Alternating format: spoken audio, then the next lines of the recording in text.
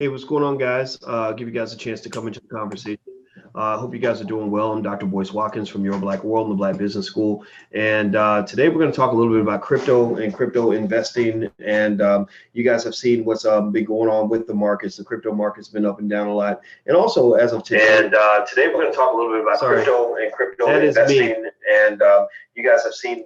Sorry, I'm muting myself now. Sorry about that. And so we're going to talk a little bit about the tax implications of crypto investing and some of the things you want to watch out for. A lot of you, if you are invested in crypto, say something in the chat. A lot of you are invested, I know for a fact, and you really want to know this information because apparently the IRS is coming down hard on crypto investors. Also, you have celebrities that have promoted crypto campaigns and stuff like that. They ran into some trouble with the SEC. So I brought in a person that understands crypto very, very well. Her name is Rebecca Samuels CPA, and she is the founder of Pythagoras LLC. Is that right? Pythagoras LLC, which is an accounting firm in Washington, D.C. How you doing today, Rebecca? I'm doing amazing. How are you? I'm doing very well, very well. And I want to say hi to everybody in the chat and those of you on the Black Financial channel. What's going on? So Rebecca, you messaged me and you were basically telling me to tell the people that follow me to be careful and to look out because you said that the IRS is coming down hard on crypto investors, sending out letters and kind of holding people accountable for the things that they purchase. Can you tell me about that? Yeah, so, it's funny because I want to say, if I remember correctly, it was 2 years ago that we had our first interview talking about cryptocurrency taxes. And I remember something you said in that interview, I don't mess with the I, the R, the S. And it's just funny because now everything is starting to turn full circle. So let's get into it, right? All right. I've been doing crypto taxes for 2 years now. This is as long as I've had my business. I've been doing actual taxes for about 4 years, working underneath other CPAs while I was studying for my CPA license. And now that Pythagoras is running and established and everything else like that, I've been blessed to have clients literally all over the world. I've had clients in Africa, Europe, Asia. The only place I haven't had is Antarctica and South America, but I've touched countries, in helping people put their ledgers together. I don't do their taxes, but people have come to me to say, hey, how can I do this? I can't figure this stuff out. So I've learned a lot and I've seen a lot of different ledgers. Some of my clients have been in since 2012 and putting together information going back 5 years ago. That's been rather insane, but it's been a very good learning experience. Now we have the IRS putting the notice out, and I think this is their last warning, if you want to call it that. There has been some talk amongst the tax professionals in the crypto world regarding what's going on, how is the IRS going to try to find people? Because at the end of the day, most people believe Bitcoin is private. They think, oh, this stuff can't be found, you can't trace me, that sort of thing. And that's actually not accurate. Just like how I show my clients, I show them how I piece together the information. The IRS can pretty much do the same exact thing. Obviously, they have a lot more resources than I do. And as long as you're in the US, companies that are located here, that service clients here, are subject to US regulations. That's why you see a lot of exchanges are starting to kick US clients off. I know Binance is about to kick off US clients come September. There's been a couple of cryptocurrencies that have been located on Bittrex that have said, hey, if you have this crypto, you can no longer trade it for whatever reason. And that's something that you want to pay attention to. It's kind of like paying attention to all the signs. If you see all these exchanges, Abra, Binance, and everything else like that starting to say no US clients, that's because this is starting to get serious. And as much as people don't like to pay taxes, because I understand at the end of the day, if somebody pays you $100 and you got to give Uncle Sam $7, it's not nice, right? But it's living in the United States. It's a part of your societal contract to support the community that you're living in and that you take from. Now, obviously, okay. Well, let me jump in and ask you this question, Rebecca. Sure. Why are the exchanges kicking off the Americans? What is it that's making them want to get rid of their American clientele? Because there are a lot of regulations that the US puts out that these exchanges would have to agree with, such as anti-money laundering and know your customer. And if the exchanges don't want to deal with the US regulators, it's easier just to say, hey, I don't want to deal with you guys. If you're a US client, you can no longer trade here, versus having to go through the compliance and maybe getting sanctioned or something else that may happen to your business. Because at the end of the day, think about it, regulation could take a business down. Mm-hmm, mm-hmm. So, yeah, I kind of lost my train of thought, but let's keep going. So I had a yeah. So this week, I actually was able to see one of the letters up front. Like I said, I have a few clients that have been in this industry in this space for a really long time, 2012, 2013, 2014, and they've come to me to help put their ledgers together. And one of them so far has already been contacted, and the IRS says, hey, we know you have crypto. We have information regarding that. And we also know that your crypto may not be accurately reported. So we're giving you, I don't think they gave a time frame on it, but they're like, go ahead and redo your taxes, or you may want to talk to an attorney, or you may want to talk to a CPA or whatever, and make sure you got your affairs in order, because we're going to talk to you later on. So, I think this is now a good exercise for me, because as a former federal auditor, I used to audit the federal government. Now I've started working, if my clients get audited by the IRS, I'm the person that steps in to make sure that we have our I's dotted and T's crossed during the audit. And now we're going to cross that over into crypto. I'm going to see firsthand what exactly they're looking for, how they're pulling this information together, so on and so forth. Oh, that's what I wanted to say. There was some chatter among the professional community, because I'm involved with a professional community of crypto tax professionals. And there was some chatter regarding some IRS training that was, I'm not going to say leaked, but it was provided more or less, that they're not looking at the normal ways of trying to get information. What they're going to do is contact banks and see if you've been buying cryptocurrency on some exchange via your bank accounts, via your credit card accounts, via your cell phones. Now, these are methods I've never heard of before, but technically, when we talk about Bitcoin and how it got its start in the black market, I mean, it kind of makes sense that they would go this far, because at the end of the day, a lot of people that had cryptocurrency before are the really techie guys, or the people that needed to purchase things with Bitcoin on the black market. Now everyone's using it. So it just makes sense that, okay, well, we'll go through the same investigative tactics as we've used before regarding, black market stuff, now applying it to the public. I don't know how far this is going to get. This is all very interesting to me. And this is something that a lot of tax practitioners are talking about in the sense of, we still don't have any updated guidance as of yet. We have our 6-page letter. We have our 6-page love letter from the IRS talking about, your different ways that your crypto is taxable, but it doesn't explain certain things. And as we know, the crypto space is very complicated. I've seen that firsthand just trying to do these calculations. Some of this is really complicated stuff, but it's all like very interesting. And at the end of the day, if you made the purchase at the right time, you've made money. And that's really what this all comes down to. Wow. Well, by the way, I'm talking to Rebecca Samuels, CPA with Pythagoras LLC, an accounting firm in Washington, D.C. And we are talking about crypto taxation and all the changes in IRS regulations that you need to watch out for. If you bought any crypto or thought about it or know anybody who's done it, you probably want to warn them that the IRS is always going to get their money and they're going to always find a way to come after you.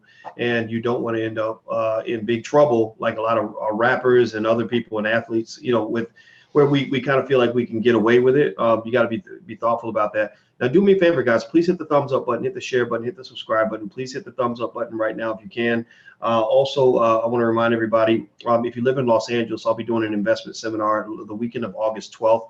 or August the 11th, excuse me. If you go to drboycelosangeles.com, you can sign up. And in fact, if you sign up in the next couple of days, you can actually get 50% off. Use the passcode Harvest for Harvest Festival Day, which we're celebrating with Dr. Claude Anderson in Los Angeles. So you can go to drboycelosangeles.com, use the code word Harvest, and you get half off just for the first few people. And then after that, the code will stop working. It's interesting, Rebecca, when you talk about the complications of crypto trading. I've traded on Bittrex, and I remember that it was almost like its own little world, because you can't just go into Bittrex with dollars and buy crypto. At least you couldn't back then. Back then, yeah, you had to go buy Bitcoin from somewhere and then use your Bitcoin to trade it for another crypto, trade it for XRP or whatever you wanted. And so it just seems so crazy and complicated, because when you think about standard diversification in investing, you want to own a bunch of coins, and I have a bunch of crypto coins, maybe 40 different coins or something that I own. And it's just this crazy hit or miss sort of thing where sometimes you're making money, sometimes you're not. And it does lead to concern about, like what, how do you account for all that? How do you keep up with all that? How do you even explain to your accountant, like, okay, what I got to do is I got to go to, I put it in Coinbase, and then from Coinbase, I moved it over here because I imagine, I'm sure, companies like Coinbase, a lot of you guys in here, let us know if you've done this, but I assume a lot of you have bought coins on Coinbase. I know Coinbase has got to be, in bed with the regulators in terms of telling. Oh yeah, definitely, they have to. Right. Coinbase is about as mainstream as it comes. All right, so how do you go back and even begin to piece that together? I mean, are there a lot of accountants that even specialize in this kind of thing? So I'll say, but when I started, I only knew of a handful, and that number has definitely grown. And I have also been asked to guest feature. I'm an instructor on a crypto tax accounting teaching course for tax professionals. If they bought the course, they'd see that I'm a guest speaker talking about crypto transactions. I'll say this, it's really actually not that hard. Accountants who love accounting and balancing and general ledgers, this is probably like a slice of piece of heaven for them, because it's like, oh my God, I'm actually getting to put this stuff together, and debits and credits and all this other stuff. And yeah, so for the average person that probably doesn't like accounting, this is probably going to be a headache. But it's really not that hard. There's a lot of different crypto software out there. I mean, since I started, I want to say the number's grown to about 20. And I know I've been contacted on many different occasions. Can you try out my software? Can you try out my software? That sort of thing. I personally use coin tracking. I know there's Bear Tax, Token Tax, Crypto Coin Tracker. There's a whole bunch. Literally, if you Google crypto tax software, there's a whole bunch. Follow the instructions, put it all together. If you are somebody that trades on one exchange and one exchange alone, this will be very easy.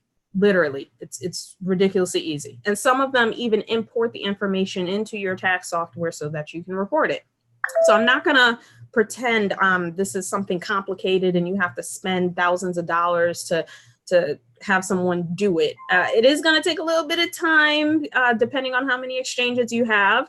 And a lot of my clients have been the more complicated clients, meaning they use their Bitcoin to play poker, or they shop, or they this, or they that. And that part gets a little bit more complicated. But what I believe, and this is not a professional opinion, this is a personal opinion, I think the IRS just wants compliance. If they had compliance from the very beginning, this wouldn't be an issue, because really, this is not something they definitely didn't want to deal with. They have too many other issues, tax issues to deal with, such as people that get paid in cash. So if you want to do something illegal, and again, this is not professional advice, but do it in cash, because crypto is easier to figure out than cash is. Cash just goes from one hand to another, and it may come up when you buy a whole bunch of property, or you buy a whole bunch of, assets, and everyone's like, hey, where'd you get this money from? But crypto is a lot more traceable than cash. So this was not a priority to them until people have pretty much said, fuck the IRS, excuse my French, I'm not paying anything. And then people are like, oh, so y'all want to make all this money, but you don't want to pay no taxes. I got you. Which it's very interesting, because at the end of the day, crypto wasn't made for this. Crypto was to get away from all of this. And now it's like, it just morphed into this thing where it's like, no, countries are, I don't want to say they're fighting back, but countries are saying, look, if you guys want to deal with crypto, you still have to follow the rules. So, and again, it's not just the US, because remember, I have clients on 5 different continents. Some of them that are US clients that are reporting out of mere obligation because they work for the federal government or whatever, so they don't want their clearances taken away. But I've had people that are citizens of Portugal that are saying, I got to get my crypto stuff together. I need to put this together. So it's not just the US. This is all over. So the whole thing is just so interesting to me about how it's coming about. So, it seems to me, Rebecca, that, that a lot of this crypto game, in terms of figuring out the direction of crypto and what's going on, is it's all about these governments saying, how do we get our cut? Like we're going to make sure we get our cut, from a tax perspective. And it's almost like something that you would have expected, like this whole idea that this sort of alternate set of currencies can exist beyond the scope of government regulation and taxation and all these other things. It didn't make sense to me, because I was trying to figure out why governments would even allow that to happen when the government are the ones who have all the guns, and the soldiers that can put you in jail for violating whatever laws they decide to put together.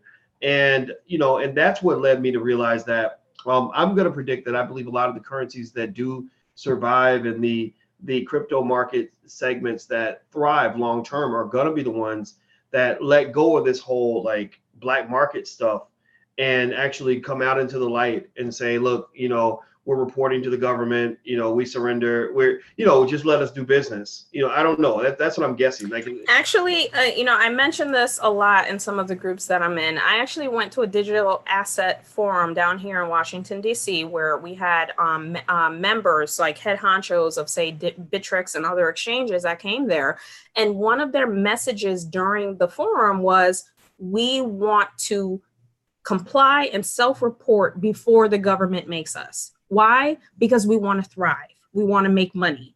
And that, I think, again, I don't know this, but I think after hearing that message from the different exchanges that was represented at the forum, it seems to me that the exchanges that don't comply are the ones that are saying, hey, we don't want, Binance is letting go of people, but they're creating what? Binance US. So it's going to be US regulated Binance, and you just can't trade on the China one. So they are trying their best to make sure they're still making money, make sure they're keeping their footing in the space, but also working with the governments.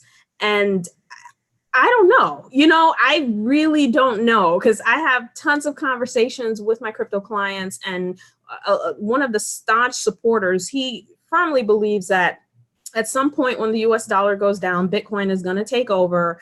And then whoever has all the Bitcoin is now the wealthy people, and whoever has the little bits and pieces, are the poor, and whoever doesn't have any, well, you're just out of luck, right? I don't know what that world would look like, because at the end of the day, like you just said, the countries have the guns and the government and everything else. And I don't know. This all is just so interesting to me. And as somebody that you would say, well, Rebecca, you're working for them. I'm actually not. I'm working for the people, trying to keep those who want to make sure that they're complying with whatever the current government laws are. That's who I am. When I, represent a client before the IRS, I'm representing it in front of my client's best interest, not the government's. I mean, I believe in being forthright and fair and say, hey, look, this is what it is. And just, let's keep ourselves out of jail. Let's keep ourselves out of orange. You know what I mean? So everybody who just came in, I'm speaking with Rebecca Samuels CPA. She's the CEO and founder of Pythagoras LLC, an accounting firm in Washington, D.C.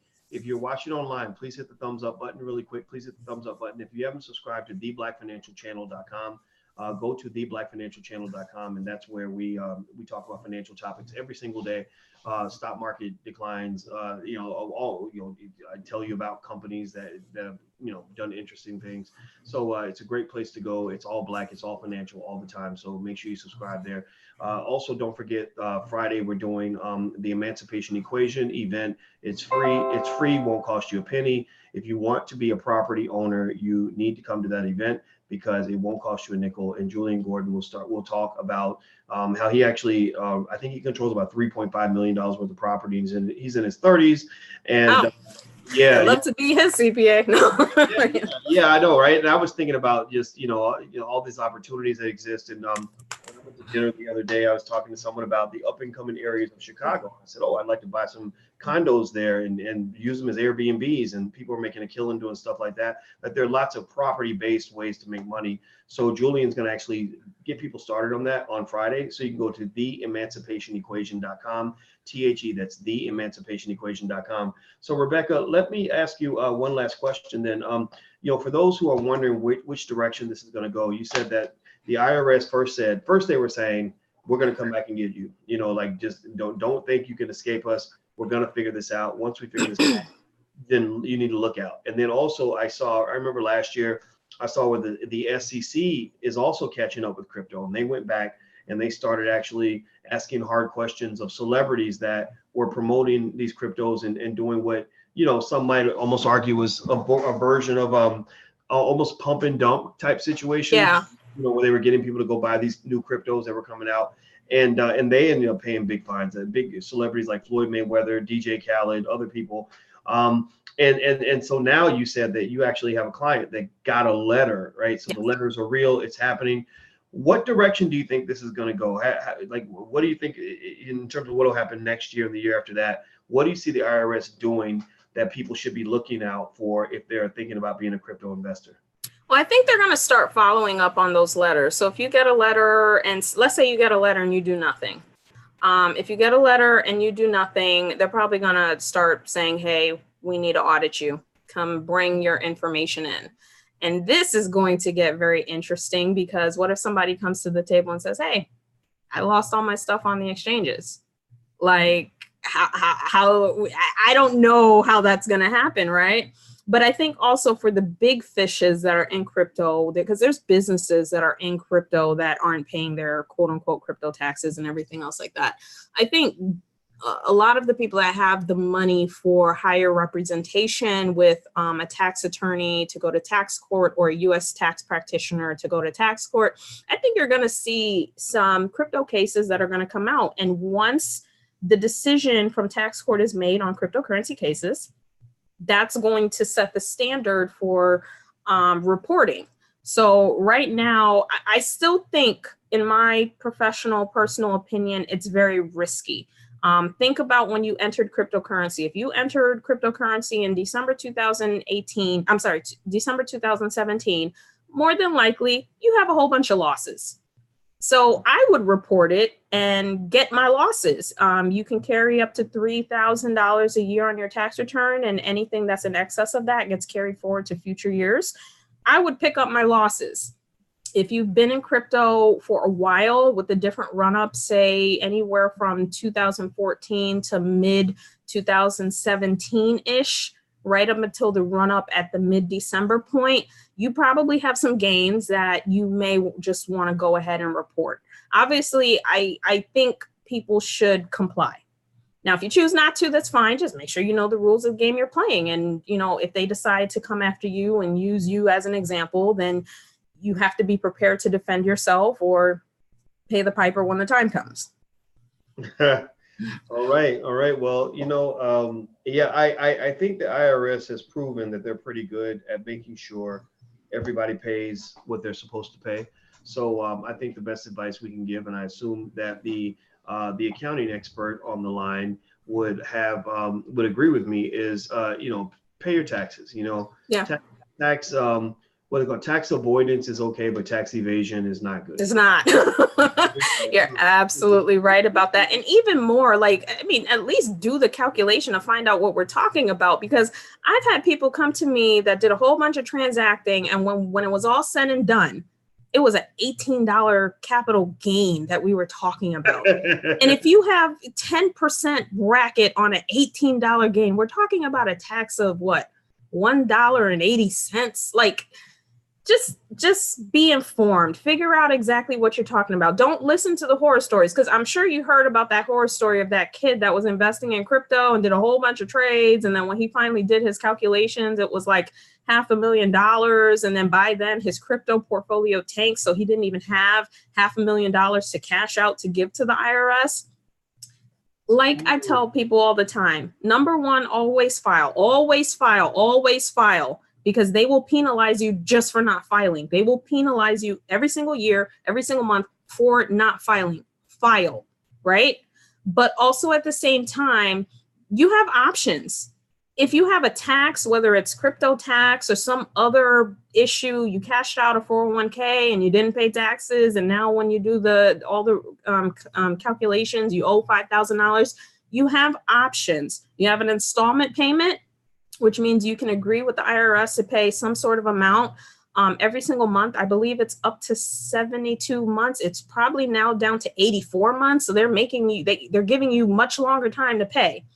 If you know for a fact whatever you owe, you cannot pay off because of your circumstances, you could get into what's called currently non-collectible. So that means that once you fill out the paperwork and the IRS approves it, the IRS says, hey, this person's not making enough money. We're going to leave them alone. We're going to let the statute go out, because they have up to 10 years to collect their money from you, right? So we're going to let the time go on the statute. So that's actually working in your favor, that the IRS can't touch you because you're currently non-collectible. It's zero every month. You still owe this money, but they're not looking for it right now. You also have offer and compromise, where, if you fill out all the work yourself or you pay a professional to do it, at least a minimum of 9 months, they can approve you to say, hey, this person can't pay this $20,000 debt. We'll settle it for $400. There are options. You just have to make sure that you explore them either yourself by doing the research or hiring a professional to assist you with it. Okay. All right. Well, that is excellent information, excellent commentary. And looks like I've been told to do the dishes. Okay. I do as I'm told. She's shushing me, but she sends me little notes and she'll write dishes, and so that means that you got to wash your stuff up. So, but hey, I'm a smart black man, because I know to listen to the smart black women. So, speaking of smart black women, the smart black woman I was speaking to today is Miss Rebecca Samuels. She is a CPA, and she is the CEO and founder of Pythagoras LLC. And now, how can people get in touch with you, Rebecca? Best way to get in touch with me, email me, info@pythagoras.com. I usually turn around replies within 24 business hours. I'm usually going to tell you to go to my website and fill out for an appointment. 15-minute appointments are free, but you have to schedule that in advance. If you need to talk to me same day, there is a fee for that, but I also apply your fee back to your service if you become a client. So technically, your consultation with me would be free when it's all said and done. So info@pythagoras.com for the email. If you need to schedule a consultation, go to pythagoras.com and look for the conference scheduler to book an appointment. All right. Excellent. Thank you so much. That's pythagoras.com, right? Yep. PYTHAGUS. PYTHAGUS.com. So, hey, so if you're looking for a good accountant that can help you with things like this, make sure you reach out to Miss Rebecca. And also a reminder to everybody in LA, Los Angeles, I will be doing one of my last investment seminars in Los Angeles. I'm not going to do a bunch of cities. We may do New York, but we're not 100% sure. Depends on the schedule. But LA is the last confirmed date that I have. And for a while after that, I'm going to chill for a little bit. So if you want to come and join us in Los Angeles, go to drboycelosangeles.com.